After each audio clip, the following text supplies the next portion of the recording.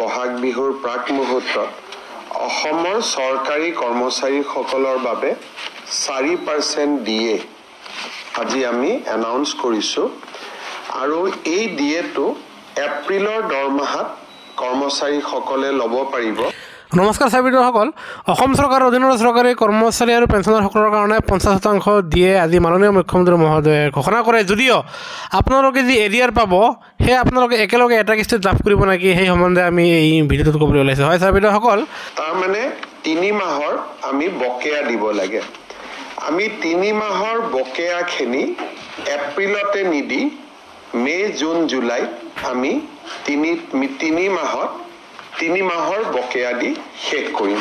অৰ্থাৎ এপ্ৰিল মাহত 4% ডিএ পাব, মে' মাহত এটা এৰিয়াৰ ইনষ্টলমেণ্ট পাব, এটা এৰিয়াৰ ইনষ্টলমেণ্ট জুনত পাব, এটা এৰিয়াৰ ইনষ্টলমেণ্ট জুলাইত পাব। সেয়েহে এৰিয়াৰ সম্পৰ্কে আপোনালোকৰ নিশ্চয় কনফিউশ্যনখিনি দূৰ হৈছে। তেনেহ'লে ভিডিঅ'টো এটা লাইক দিব, আনহাতে কৰ্মচাৰীসকলৰ সৈতে জড়িত প্ৰতিটো খবৰ তথ্য সহকাৰে পাবলৈ সকলোতকৈ আগত আমাৰ চেনেলটো ছাবস্ক্ৰাইব কৰিবলৈ নাপাহৰিব। ভিডিঅ'টো চাব ধন্যবাদ।